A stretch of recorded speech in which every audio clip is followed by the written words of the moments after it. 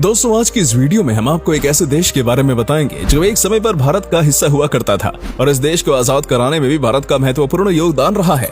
हमारे देश की तरह ही रविंद्रनाथ टैगोर ने ही इस देश का भी राष्ट्रीय गान लिखा है। इस देश में दुनिया का सबसे बड़ा बीच मौजूद है। दोस्तों, हम बात कर रहे हैं हमारे पड़ोसी मुल्क बांग्लादेश के बारे में।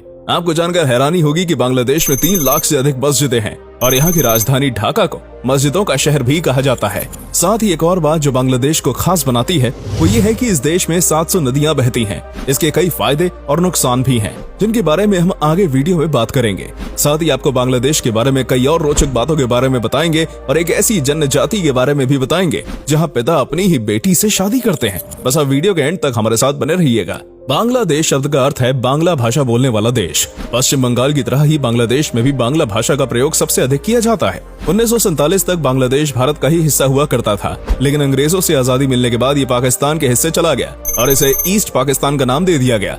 लेकिन पाकिस्तान के लोग इस देश में जबरन उर्दू भाषा थोपना चाहते थे, लेकिन यहाँ के लोगों को बांग्ला भाषा से प्रेम था। इसकी वजह से बांग्लादेश के लोगों ने एक लंबा संघर्ष किया और सन 1971 में भारत ने इस देश को पाकिस्तान से आजाद कराया। बांग्लादेश विश्व के उन देशों में शुमार है जिसकी जनसंख्या तेजी से बढ़ रही है। आज बांग्लादेश की जनसंख्या 16 करोड़ 70 लाख के पार पहुंच चुकी है और आबादी के लिहाज से दुनिया का 8वां सबसे बड़ा राज्य बन चुका है। वहीं इसका कुल क्षेत्रफल 1,48,460 वर्ग किलोमीटर का है। इस देश में 90% लोग मुसलमान हैं, तो वहीं 9% हिंदू आबादी है। 1% में अन्य धर्मों के लोग शामिल हैं। दोस्तों, हमारे देश में सुबह उठते ही जैसे लोगों को चाय की तलब होती है, बांग्लादेश में लोगों को सुबह सुबह अखबार चाहिए होता है। कहा जाता है कि अखबार के बिना तो बांग्लादेश के लोगों के दिन की शुरुआत ही नहीं होती है। इस देश में 1200 से भी अधिक समाचार पत्र रोजाना छपते हैं। बांग्लादेश की एक बात आपको जरूर अजीब लगेगी कि यहाँ पर लोग मुस्कुराने को गलत समझते हैं। अगर आप कभी बांग्लादेश जाएं तो किसी को भी स्माइल पास मत करिएगा, ऐसा करने से वो गुस्सा हो जाएगा। बांग्लादेश के लोग मानते हैं कि हंसना और मुस्कुराना बचपने की निशानी है। बांग्लादेश में सन 2000 के बाद से वैश्यवृत्ति को कानूनी तौर पर मान्यता प्राप्त है और इस देश में जिस्म फरोशी का धंधा बड़े पैमाने पर चलता है। बांग्लादेश में छोटी बड़ी मिलाकर कुल 700 नदियां रहती हैं। इन नदियों के कारण बांग्लादेश को कभी पानी के संकट का सामना नहीं करना पड़ता और कृषि में भी इन नदियों का पानी ही इस्तेमाल किया जाता है। लेकिन इतनी अधिक नदियों के कारण बांग्लादेश को हर साल भयंकर बाढ़ का सामना करना पड़ता है।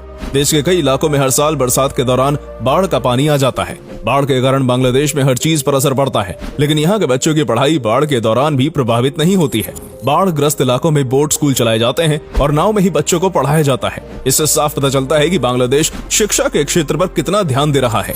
बांग्लादेश में आपको हर जगह गंदगी जरूर देखने को मिल जाएगी। दुनिया के सबसे गंदे और भीड़भाड़ वाले देश में बांग्लादेश की गिनती होती है। इस देश में अगर आपको फ्लाइट पकड़नी है तो 4 घंटे का अतिरिक्त समय लेकर घर से निकलना पड़ता है, तभी आप एयरपोर्ट पर टाइम से पहुंच जाएंगे, क्योंकि अधिक भीड़भाड़ के कारण हर जगह ट्रैफिक ही ट्रैफिक देखने को मिलता है। बांग्लादेश का राष्ट्रीय गान हमार सोनार बांग्ला है और इसकी रचना भी हमारे राष्ट्रगान के रचयिता रविंद्रनाथ टैगोर ने की है। टैगोर जी विश्व में एकमात्र ऐसे व्यक्ति थे जिन्होंने 2 देश का राष्ट्रगान लिखा है।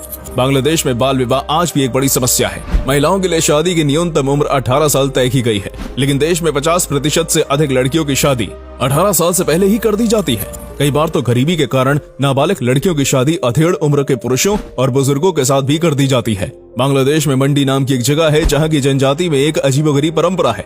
यहाँ पर पिता अपनी ही बेटी से शादी करता है। ऐसा माना जाता है कि इससे घर का पैसा घर में ही रहता है और बेटी भी सुकून के साथ अपनी जिंदगी व्यतीत कर सकती है। यानी माँ और बेटी दोनों के पति एक ही होते हैं। ये परंपरा बाप बेटी के पवित्र रिश्ते को कलंकित करती है, लेकिन बांग्लादेश के लोगों को शायद इस बात से कोई फर्क नहीं पड़ता। बांग्लादेश में अधिकांश लोग कृषि के व्यवसाय से ही जुड़े हुए हैं और एक समय पर देश की अर्थव्यवस्था में भी कृषि का मुख्य योगदान था। चावल की खेती यहाँ सबसे अधिक की जाती है। साथ ही चाय के बागान भी आपको यहाँ देखने को मिल जाएंगे। लेकिन अब धीरे धीरे सर्विस सेक्टर और इंडस्ट्रियल सेक्टर बांग्लादेश में अपनी जड़ें मजबूत कर रहा है और देश के युवा इन क्षेत्रों की तरफ आकर्षित हो रहे हैं। आज बांग्लादेश में कई ब्रांडेड कपड़ों ने अपनी इंडस्ट्रीज लगा रखी है और कई देशों में बांग्लादेश से कपड़ों की सप्लाई की जाती है। बांग्लादेश के लोगों को क्रिकेट खेलना सबसे ज्यादा पसंद होता है। अंतर्राष्ट्रीय क्रिकेट और IPL में भी बांग्लादेश के क्रिकेटर्स देश का नाम रोशन कर रहे हैं। लेकिन इस देश का राष्ट्रीय खेल हाडुडू है। इस खेल का नाम आपने शायद पहली बार सुना होगा। असल में कबड्डी को ही बांग्लादेश में हाडुडू के नाम से जाना जाता है। बांग्लादेश में आपको भारत की तरह ही जायकेदार खाना मिल जाएगा। खासतौर पर बंगाल की तरह ही मछली और चावल का प्रयोग सबसे अधिक किया जाता है। रसगुल्ला, पंटा भात, मिष्टी दोई, शमी कबाब, धोकर दमला, चिंगरी मलाई कढ़ी, हिलसा या इलिश कढ़ी, बिरयानी और हलीम जैसे व्यंजनों को बांग्लादेश में खूब स्वाद लेकर खाया जाता है। इस देश का सी फूड भी कमाल का होता है। चलिए दोस्तों, अब आपको बांग्लादेश में घूमने लायक प्रसिद्ध जगहों के बारे में बता देते हैं। ढाका बांग्लादेश की राजधानी और सबसे बड़ा शहर है। इस शहर में आपको लाल बाग का किला, ढाकेश्वरी मंदिर और हजारों मस्जिदें देखने को मिल जाएंगी। कुछ मस्जिदें इतनी सुंदर बनी हुई हैं कि आपकी उन पर से नजर नहीं हटेगी, इसलिए ढाका को मस्जिदों का शहर भी कहा जाता है। सुंदरबन बांग्लादेश की एक और प्रमुख टूरिस्ट डेस्टिनेशन है। ये विश्व में से सबसे बड़े मैनग्रोव के जंगल है। सुंदरबन का 40% हिस्सा भारत में है, तो वहीं 60% हिस्सा बांग्लादेश में है। ये जगह रॉयल बंगाल टाइगर का गढ़ भी मानी जाती है। बांग्लादेश में दुनिया का सबसे बड़ा बीच मौजूद है, जिसका नाम बाजार बीच है। इसकी लंबाई 120 किलोमीटर है। इस बीच पर बांग्लादेश की सबसे बड़ी मार्केट भी लगती है, जिसे कॉक्सिस बाजार मार्केट के नाम से जाना जाता है। इन सब के अलावा कुआखाता सी बीच, चित्तगोंग, जाफलोंग, सेंट मार्टिन, साजेक वैली जैसी अनेकों जगह आप बांग्लादेश में घूमने के लिए जा सकते हैं।